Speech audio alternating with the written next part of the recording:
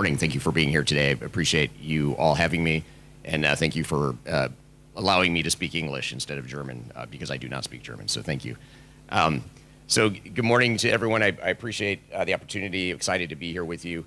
My name is Eric Kimmerling. I'm the CEO of Third Stage Consulting, and I'll talk a little bit more about the company here in a second. But we're an independent and technology agnostic consulting firm that helps clients select and implement different types of digital technologies, including ERP, CRM, human capital management, and other types of digital technologies. We are based in North America, which is where I live, but we also have offices and teams in London for our European market, as well as Brisbane, Australia for our Asia Pacific market as well, and soon to have other offices in other parts of the world as well. So what I wanted to talk about today is basically maybe just to summarize some of the trends in the future of transformation in the 2020s. And this is really a global view of what we're seeing internationally, not just in Germany, not just in the United States, but elsewhere throughout the world. And so we want to talk about what some of those trends are and what they mean to people that are about to go through digital transformations.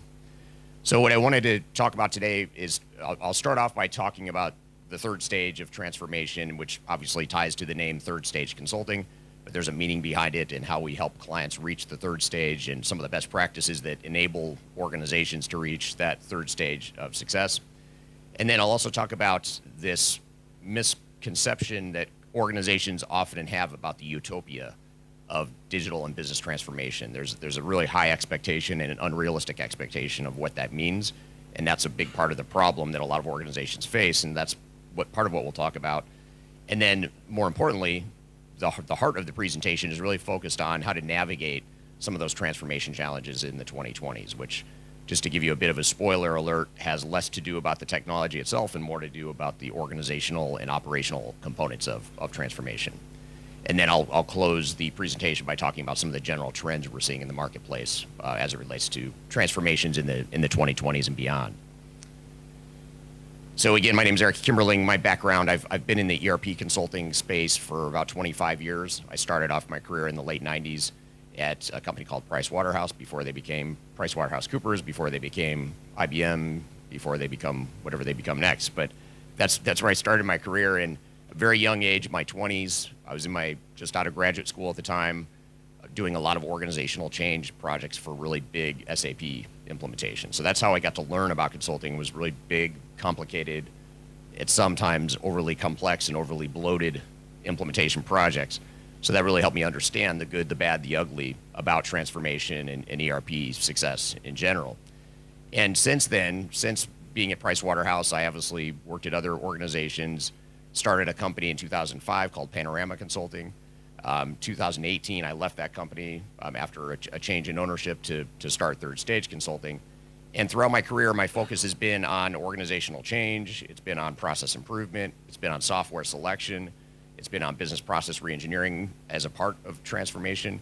And it's also been largely focused on doing expert witness work. So a lot of the work I do now is being hired by attorneys when there's a lawsuit related to transformation failure. And I'll come in and analyze with the team, analyze what went wrong, and testify in court what went wrong in those projects, and then the lawyers fight over the stuff they fight about and who's going to pay who however much money. So the reason I bring that up is because a lot of the lessons I'll talk about today are related to some of those lessons from seeing firsthand why these projects fail and understanding and unpacking why those transformations are so difficult in the first place.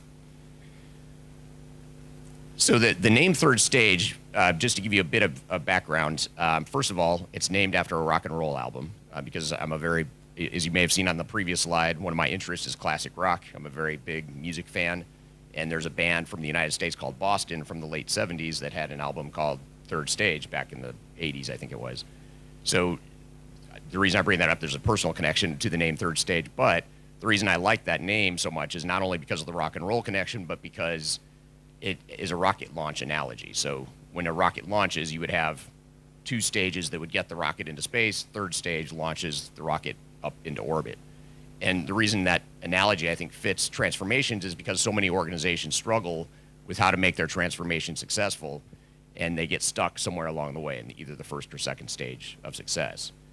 So when we think about the average project, the average transformation, even with the best technology and the best intentions, oftentimes, more often than not, the organizations fail to get to that third stage of success. They spend too much time and money on the project.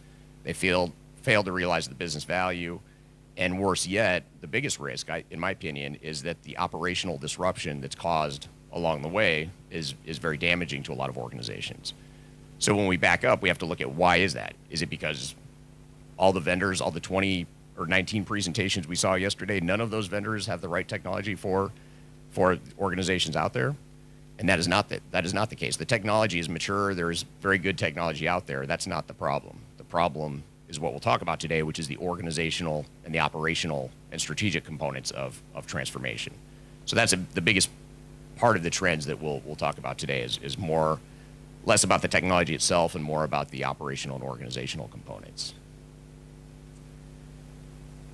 So when organizations are going through a transformation and they're trying to figure out what their roadmap's going to be, what kind of technologies are available, there's a lot of different options out there. If you just start with the really basic stuff, you have ERP systems, you have CRM, you have HCM, business intelligence, e-commerce, manufacturing execution systems, all sorts of different technologies that organizations can deploy in their transformations.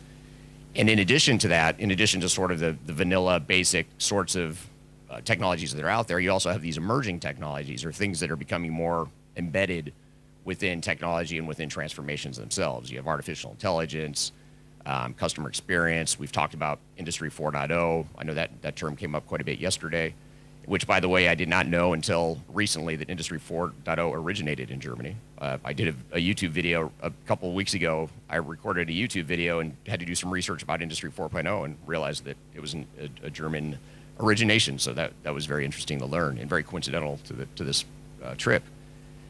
You also have big data, integration, and architecture, mobility, a lot of different types of technologies out there. And what ends up happening is organizations get confused by this. There's so much to choose from. It's overwhelming. They don't know where to start. They don't know which of these trends or other sorts of technologies might apply to them. And so they're sort of flying blind when they go into these transformations in terms of picking the software and also deploying those technologies in a way that's going to enable their business. So that's probably the biggest challenge, is that there's a plethora of options out there, more options than ever. There's more vendors than ever. There's more new startups, new types of technologies, emerging technologies, new trends, new buzzwords, and quite frankly, buyers are confused about that. And that's why a lot of them hire us, to be candid, is because they are confused and they don't know where to start. So oftentimes they'll hire our company to come in and help them define their digital strategy and roadmap, help them define a plan, help them execute the plan, manage the transformation, and all of that good stuff. So I mentioned before that when organizations start their transformations, oftentimes they have this state of utopia that they envision. And this isn't necessarily just the fault of organizations going through transformations. It's also the software vendors, the system integrators, the implementers are selling a vision. And the vision's okay. There's nothing wrong with that vision. But what it takes to achieve that vision and how to get there, organizations don't fully understand, and there's unrealistic expectations on how they're going to get there, how fast they're going to get there, what the impact of their business might be, how they can be more effective in those transformations. All of those sorts of things are big challenges. And so oftentimes, in the spirit of focusing on technology, software vendors and others will focus on what the technology can do and the benefits of the technology and how easy life can be on the other side of that implementation. Again, nothing wrong with that. That's true. There are some benefits and some obvious upsides to going through these transformations. But where organizations struggle and where they fail is that they have this flawed perception that the transformation is going to be a lot easier than it is, that it's going to take a lot less time and money than it is, that it's going to take a lot less focus from their executives than it really will, that there are key decisions that need to be made about how they want to change their operations. A lot of different things that go into that they don't fully understand when they start the project, and then they get into the project and struggle through those things, and that's what causes a lot of the friction and the tension and ultimately failure for a lot of organizations, is because they don't have that clear vision. They also see the vision as a silver bullet oftentimes. So they see that vision of what technology can do, and they think there's an easy answer. I'll give you a real simple example, a real common example, which is cloud, just cloud technologies. A lot of organizations think, well, it's a cloud solution that's going to make life easier. It's going to be easy to deploy because now I don't have to install it on my servers. I don't have to upgrade my infrastructure. I don't need to have an expensive IT staff to support it. That is all true, but there's still a lot of pain that goes into changing your processes, changing your people, making sure your strategy is aligned, making sure you have a clear vision of what you want that technology to do. And adding to the problem is that technology is so flexible today, more so than it was 25 years ago when I started my career, which in general is a good thing, but that also puts more pressure on organizations to have a clear vision of what they want out of the technology. And so you look at all those things and you add that up, even in that example of cloud systems, and you can see how those unrealistic expectations around the silver bullet concept can be so troubling. They also tend to underestimate the magnitude of risk and change, how much this is really going to affect their organization, not from a technology perspective, but more from an operational perspective. That's another big challenge that organizations face. And probably most important are these last two bullets. These are what I would say are the two biggest problems that organizations face, is that they fail to address the human components of transformation and how people are affected, how their jobs are going to change, what their new roles and responsibilities might be, what the new organization is going to look like, how they're going to use these new processes and new systems and tools.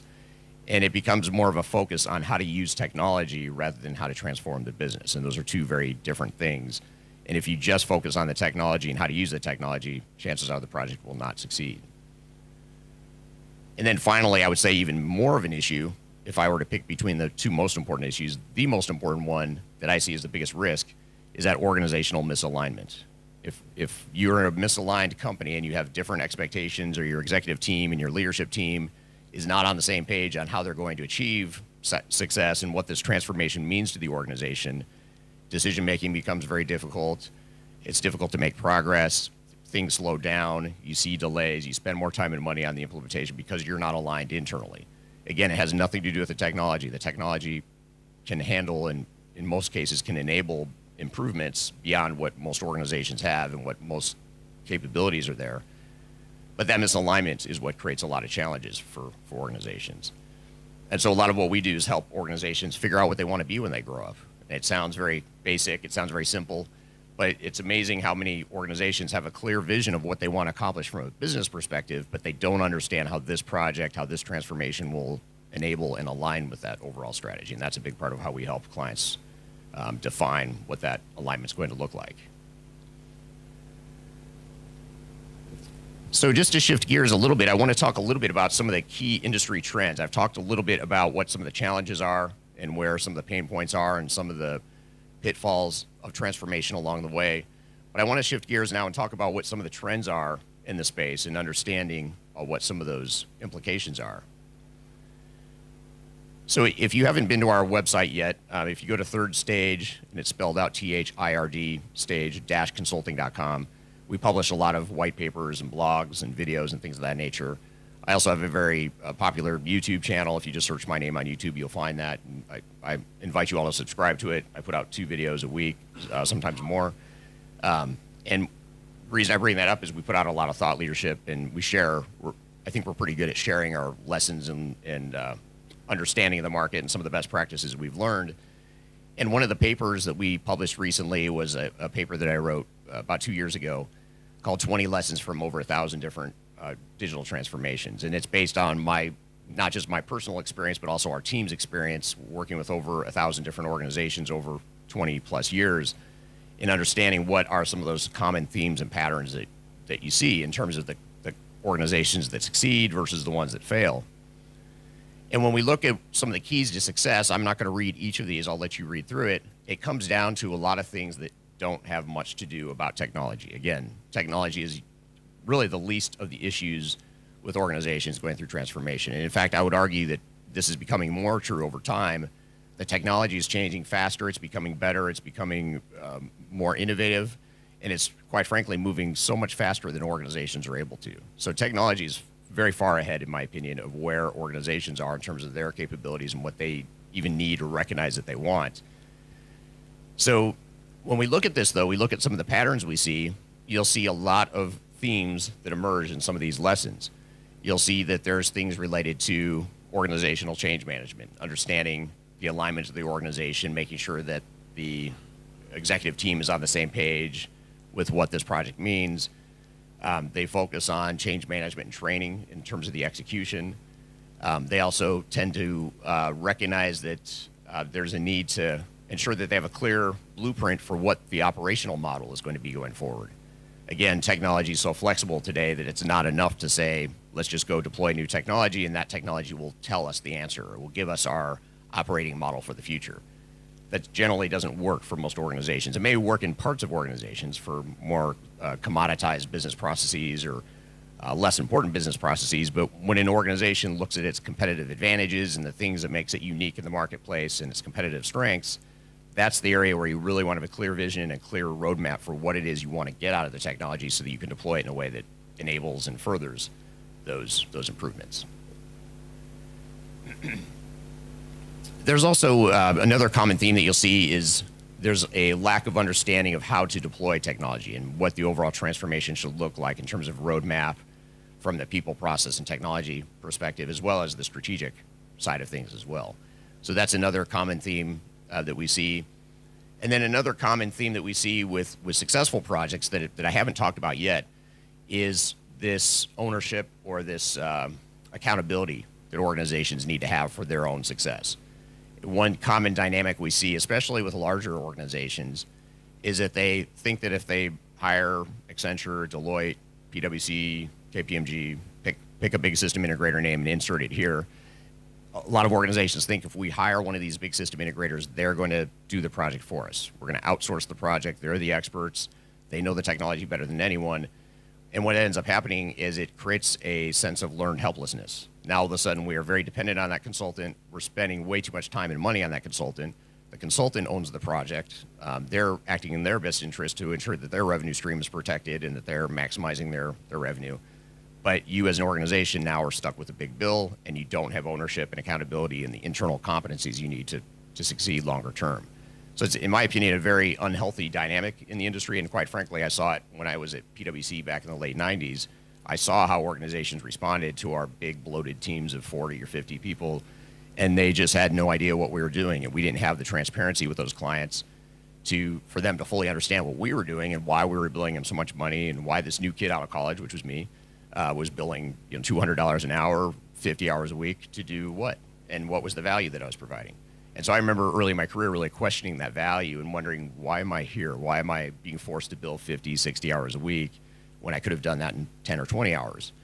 So it's just little dynamics like that that add up and create a lot of challenges for organizations, especially when it comes to the time, the cost, the risk of the overall transformation. So the key to success, then, one of the keys that I haven't talked about yet is that ownership and accountability and making sure that you have a clear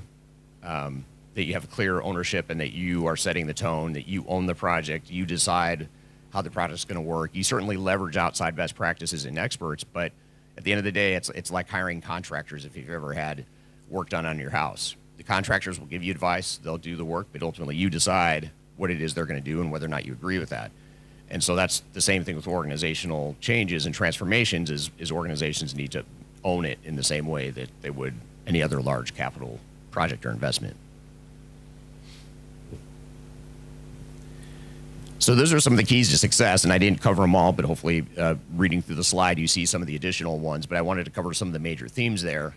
But then if we shift gears and look at, if those are the keys to success, then why do so many projects fail, and what are some of the red flags that we can watch for and learn from other organizations?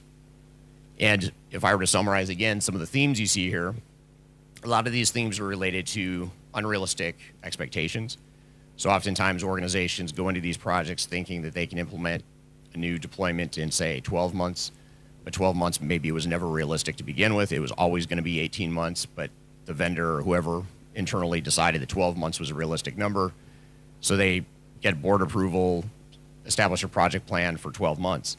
What ends up happening is 3, 6, 9 months into that project, you quickly realize that, okay, this is not going to get done in 12 months. It's going to take us 18 months, which we should have maybe known all along, but we had this unrealistic expectation. But I've already gotten board approval for 12 months and a budget of however much money, and therefore now I need to figure out how to cut cost or cut time out of this so I can at least come close to my 12-month commitment. So then what happens is then I make a bunch of really bad decisions that I have to make because now I have to force my project into a 12-month time frame in this example. So I cut change management. I cut a cycle or two out of testing. I cut the business process worked because let's just use best practice. Let's not worry about business process. We'll use the workflows and the best practices of the technology. And that further complicates the problem and actually causes more delays later on. And you're actually less likely now to achieve that 12-month time frame, ironically. So that's the dynamic that a lot of organizations see. And I'm oversimplifying it, but that in general, you see that a lot with organizations where they didn't have those realistic expectations to begin with. And given that there are a fair number, there's a high number of vendors here and salespeople here, I would challenge the industry as a whole to say, what are we doing to contribute to that expectation? Are we setting unrealistic expectations? Are we perhaps not fully understanding what the dynamics or the complexities are of those organizations that we're selling to? And that's a big challenge that I think a lot of industry peers face is how do we be realistic? You know, obviously we all want to sell. We want to sell our solutions to clients, but how can we also be realistic about it and make sure that we're setting those realistic expectations? Because ultimately that's a big part of what's going to make companies successful versus experiencing failure. The other theme that you'll see here is organizations that don't have the clear vision and the clear roadmap of what they want operationally and organizationally. So defining what your future state operating model and your organizational model is going to be. So for example, a lot of times we work with organizations that are going through M&A integrations. We were talking about that yesterday evening about M&A integration.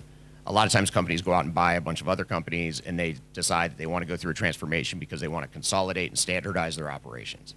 Great, that's a good goal. There's a lot of measurable business value there, and that's probably why you went out and bought all these different companies. But the problem is then they just decide to go pick a vendor and start deploying technologies without figuring out what is that future state. How are we going to consolidate? What business processes are we going to standardize across the business? Which ones are going to remain independent or decentralized? Little decisions like that are actually very big decisions that you can't just rely on technology or your software vendor to do. And the companies that don't do that end up running into problems, and that actually creates a lot of delays and failures in these projects. So the irony or the thing that runs counter to intuition oftentimes is that the more time you spend up front in your implementation defining those things, it may feel like you're slowing down the project because you're not deploying technology yet. But the organizations that spend that time up front defining what they want to be when they grow up actually implement a lot faster and more successfully than the ones that don't. The problem is the ones that don't think that if I cut something out of my scope, I've cut on paper, I've cut my timeline, I've cut my budget, I've created a artificial box for myself, but that box was never real, so then I have unrealistic expectations and it creates all the problems that I just described. So that's a very real dynamic that's worth thinking about as well. And then one last thing on this slide that I have not covered yet is just the whole concept of risk management. The organizations that struggle the most with transformations are the ones that are not good at identifying and mitigating risks. And part of that comes from experience. A lot of times organizations don't see the risk until they run into the risk. Oftentimes that risk then is unmitigatable. I don't know if that's a word or not. And I say English is my first language. I still don't know if that's a real word or not. But they have trouble mitigating risk. How about that? And so that's one of the challenges is identifying the risk. And then the other dynamic that contributes to that is that a lot of these system integrators are conditioned to hide risk from clients because they have a revenue stream to protect. There's a perception and a brand that they need to protect. And when I was at Price Waterhouse, I can't tell you how many meetings I remember having internally with our teams all about how we're going to deliver bad news to the client. And by the way, guess what? We billed the client for that time that we were talking about how we're going to deliver the bad news to the client. And so we always had to put a positive spin on things because we didn't want to get fired. We didn't want there to be doubt about our abilities or our competencies. And the reality is you go through these projects and there's a lot of messiness that goes with that. And if you're honest with yourselves as a consultant, and this is something I think we're good at as an organization, which always doesn't work in our best interest, is to be honest with the client. And sometimes you're going to be a casualty of that and they don't like what they hear and you end up, being part of the problem, or the perceived part of the problem. But the key is to draw those risks out and to understand what they are and mitigate them. And that's a big unhealthy dynamic in the industry is we're not good at identifying risks and just being honest about it and just recognizing these risks happen. It's nothing to do with, nothing to do with the technology. Oftentimes it's nothing to do with the individual people on the project. Oftentimes it has nothing to do with even the consultants you have. Oftentimes they're just the realities of going through these implementations. I don't know if any of you are old enough to remember, do you remember the whack-a-mole game where you'd have the moles that pop up and you had to hit the mole and then another one would pop up, you hit that one? and you just keep going, and there's always a new mole that pops up. That's what risk mitigation should be like. There's just risks everywhere, and you're just trying to pop the risks and keep up with it. And you know there's going to be another one popping up. You just don't know where it is yet, but you should be able to anticipate and be ready to mitigate it. So those are some of the red flags to watch for. And so when we're looking at overall digital strategies and roadmaps, there's major themes or major work streams that we typically tell our clients or advise our clients to look for. And this is a summarized version of a more detailed framework that we use with our clients. And you'll see that when a company is trying to define what their future state is and what their overall strategy and roadmap is, you'll see that there's several major themes here that are related to business processes. And that's that part about defining what you want to be when you grow up and what your operating model and your business processes are going to look like. You have the organizational change piece, which is obviously how are we going to define what our organizational model is, define roles and responsibilities, define what our organizational strategy is, go through the change management, the training, communications, all that stuff. And then there's also enterprise applications. And actually this one, early in my career, I used to underestimate that enterprise application and the next one too, solution architecture, those third and fourth boxes that are the third and fourth work streams. And the reason that's becoming more important today is because so many organizations now are not able to simply go with a single big ERP system. A lot of times organizations think that they're going to, but even if you, for example, go buy SAP and you deploy SAP throughout your entire organization, oftentimes it's not just S/4HANA you're deploying, you're also deploying SuccessFactors, you're also deploying Ariba for procurement, Concur for time and expense, and other technologies. So even though you're dealing with the same vendor, you still have architectural and integration issues that need to be dealt with, and oftentimes those architectural, integration, and data issues are not well managed or planned for during the transformations. So having a clear vision of the enterprise apps that you're actually deploying, how's it all going to tie together? What's the integrational model? How are we going to manage data? Having that clear strategy up front and dealing with those early on is going to save you time and money later. And then finally, the fifth box, or the fifth work stream, the fifth is business intelligence and analytics. So understanding what it is we want to get out of the system, what types of metrics are going to drive our business, and how this technology is going to enable that. And then project quality assurance is something that runs throughout the entire project as well. So the reason I share this is that these are some of the keys and some of the themes that we typically look for when helping our clients. And actually I have a whole presentation and some videos that go into a lot more detail than this. And if you find me afterwards, I'll give you my card. I'm happy to send you some additional collateral here that will unpack this further. So that leads us to my final point here that I'll end with before any questions you might have. And that is, what are the industry trends in the future of transformations in the 2020s? And if you listen, or if you subscribe to my YouTube channel, read my blogs, listen to my podcast as well, I talk a lot about industry trends. In fact, after the deadline to submit these slides, I actually published trends and predictions for 2022, so this isn't fully updated. I didn't want to be late I was already late for Clementine, so I didn't want to be even later by waiting to incorporate that into the deck. But I encourage you to check that out on my YouTube channel. You can go watch that video. But some of the key themes that you'll see, obviously cloud adoption is very real. It's just a matter of time before most organizations shift to the cloud. Most vendors are already there, but again, organizations aren't there yet. They're still making that change. I'm really curious to see how machine learning and artificial intelligence really starts to mature and evolve, because right now it's just starting to scratch the surface of how organizations can use that technology. Some are further ahead than others, but I think the big ERP vendors and technology vendors in general are doing a good job of starting to bake more of that functionality into their technology. And I think a lot of what we're seeing right now is organizations are really valuing flexibility more than ever since the pandemic happened and all the economic and operational impacts that had on organizations. More than ever, organizations want flexibility. They want to know that when their business model changes or the next pandemic or macroeconomic event happens, they want to know that they've got technologies and flexibilities and competencies that allow them to adapt and roll with the punches. So that flexibility is a big trend, and then the human side of change becomes more and more important. Now notice here that I didn't talk about Industry 4.0. I didn't talk a lot about some of the really tangible, specific technologies because, again, in my opinion, I think the vendors are doing a fine job of evolving and advancing technologies and being innovative with technology. I'm not at all worried about that. I think the vendors are just sinking so much money into that, and a lot of you and your organizations are sinking a lot of money into that. But what's more worrisome is how organizations are taking advantage of that or not, where their challenges and risks are. So a lot of the trends and predictions I focus on are what are those organizational trends more from the end customer, the organizational perspective. So that is all I have. I want to include our contact information here. My email address is eric@thirdstage, and you can see at the bottom what our domain is. I encourage you all to reach out to me. Again, if you subscribe to my YouTube channel, if you like videos, I put out tons of content, every two to three videos every week. I also encourage you, if you like podcasts, I have a weekly podcast called Transformation Ground Control. So if you Apple Music or Google, Spotify, wherever you listen to podcasts, just look up Transformation Ground Control or my name and you'll find it there.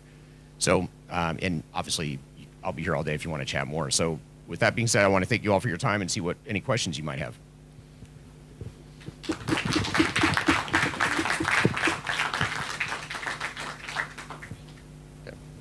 Thank you.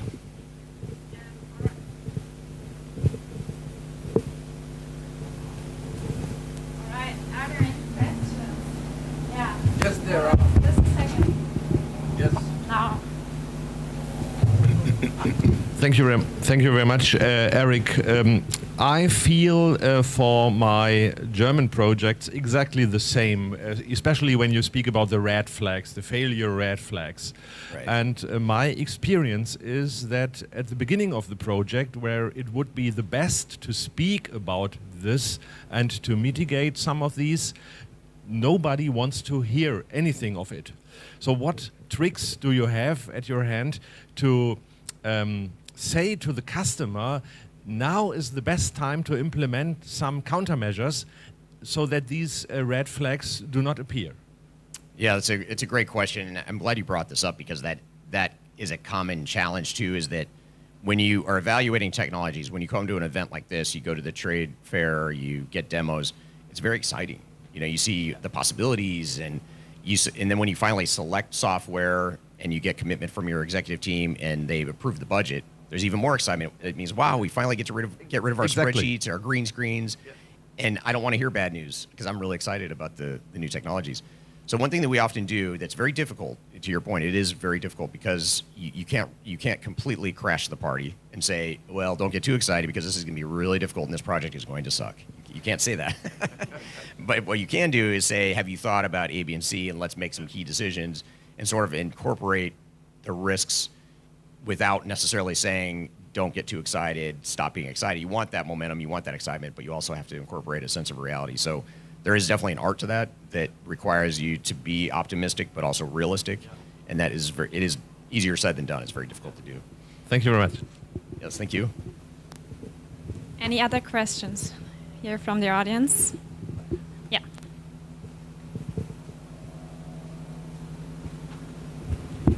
Thank you. Eric, when I was listening to your speech, I was wondering how most of the court cases end where you furnish opinion, because it sounds very much like it's the customer, it's not the vendor, because you said, okay, basically we have what it takes in terms of system, of technology.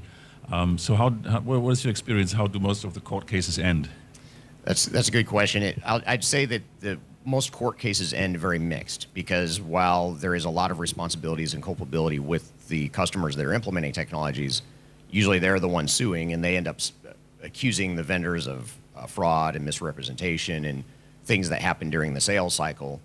And honestly, more often than not, there's some truth to that and there's some reality to we'll call it misrepresentation, even though I don't mean that in a legal term, I'm not an attorney, but from a outside perspective, oftentimes there is a sort of misrepresentation of realistic expectations and what the technology can do. A lot of times a big problem they honestly think is unintentional, but it becomes a legal problem for vendors, is that the sales reps will demo something that's a new version or a new release, but then the contract and what gets deployed is something different, and there's a disconnect. And again, oftentimes that's not intentional. It's that is the newest release, but for whatever reason, when the contracts were drawn up, they changed it or there's a disconnect, and that creates some risk and exposure for vendors. So I'd say there's usually, the way I would summarize it is there's usually plenty of blame to go around on both sides. And it's usually, honestly, It's usually not that cut and dry. Even though the attorneys that hire us are trying to pressure us to tell the story that they want to tell in court, we have to be independent and agnostic and honest about it.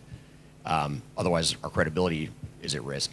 So, but I would say it's very rare that it's usually one party's fault or the other's. Usually it's a combination of everyone involved. Yeah.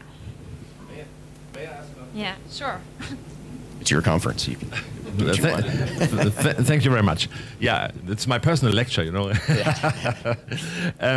We have here assembled, I would say, 20 to 25 of the best ERP, medium-sized ERP vendors in Germany and in Central Europe.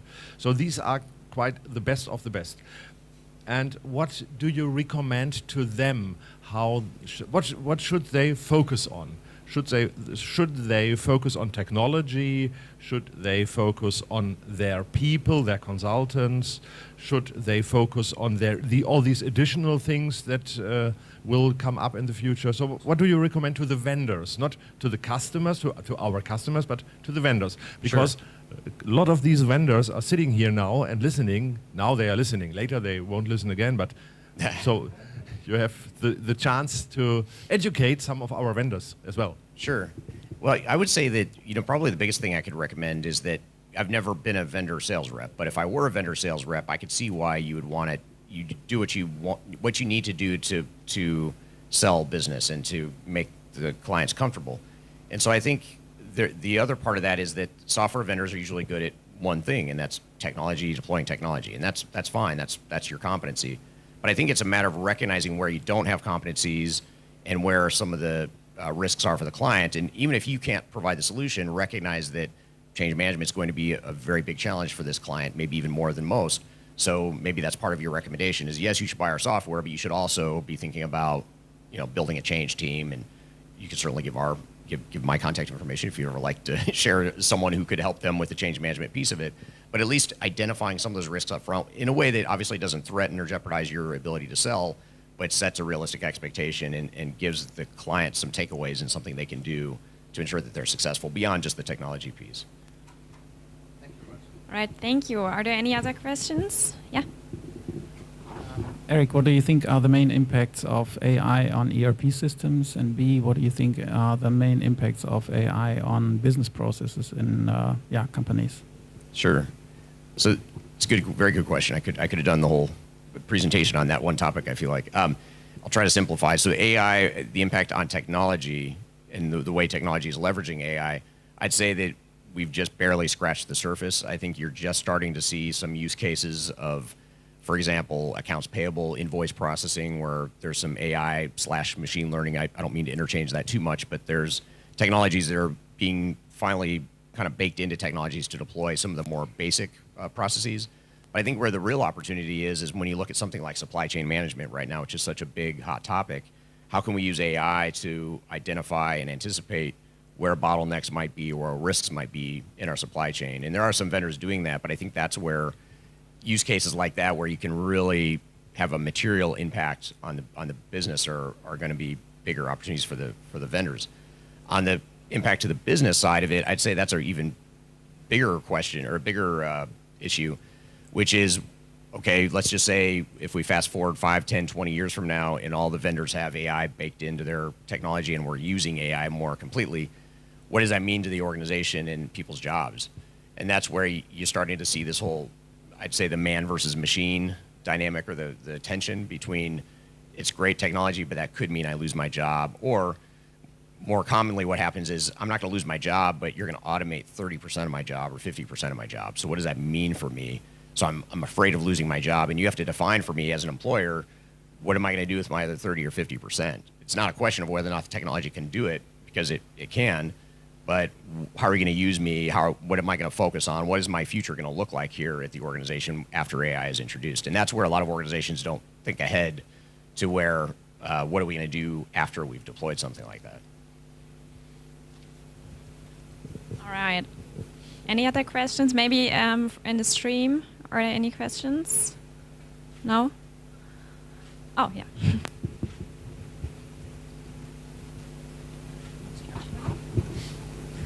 In your experience, what works best in terms of knowledge transfer?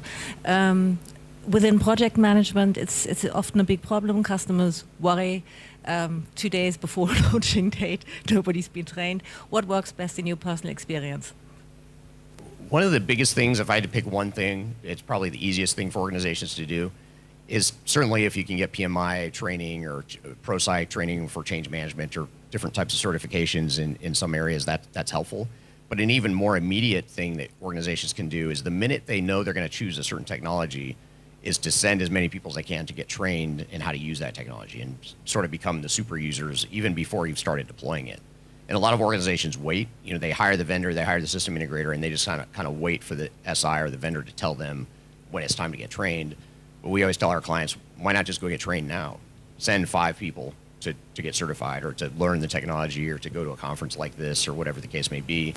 Just because the more that you can learn internally, the more you're going to feel a lot more comfortable. It's going to be a lot less scary, and you can be more of an even partner in the whole implementation rather than that learned helplessness I was talking about, which is what happens a lot of times. So I'd say just learn the technology as fast as you can, or at least send a subset of people to learn the technology as early as possible.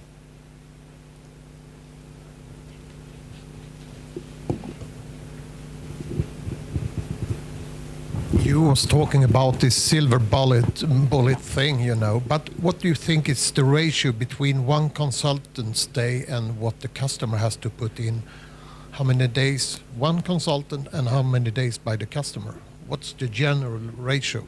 It's a really good question. A lot of it depends on how big of an impact the whole project is going to be to an organization. So in other words, if you're talking about a less material incremental upgrade to technology versus I'm going to rip out my entire platform and put in a whole new platform. Yeah.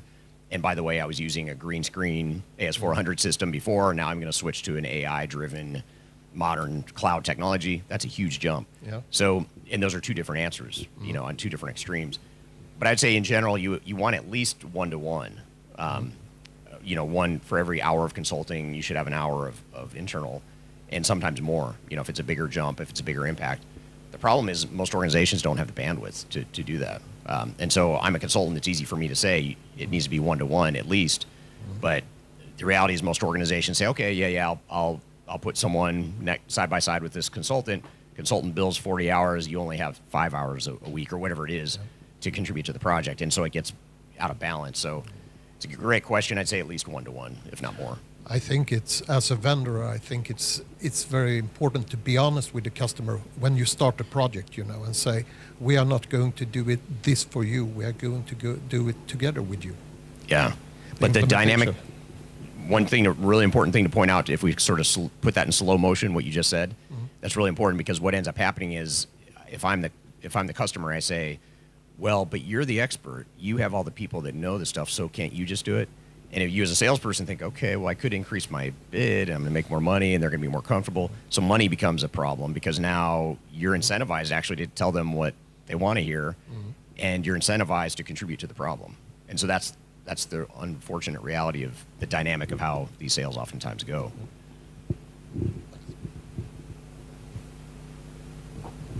All right. Any other questions? Yes. Great.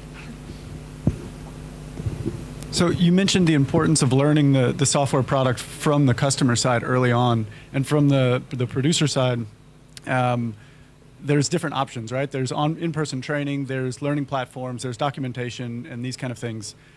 What is your recommendation from the consulting side? What is the most effective means typically for the customer to really become proficient in the software? And from a producer side, where to invest the money for the biggest return in terms of learning in the software? Yeah, I guess it depends on the software vendor. Some software vendors have, ongoing training courses and certifications and whatnot that they'll do for their customers.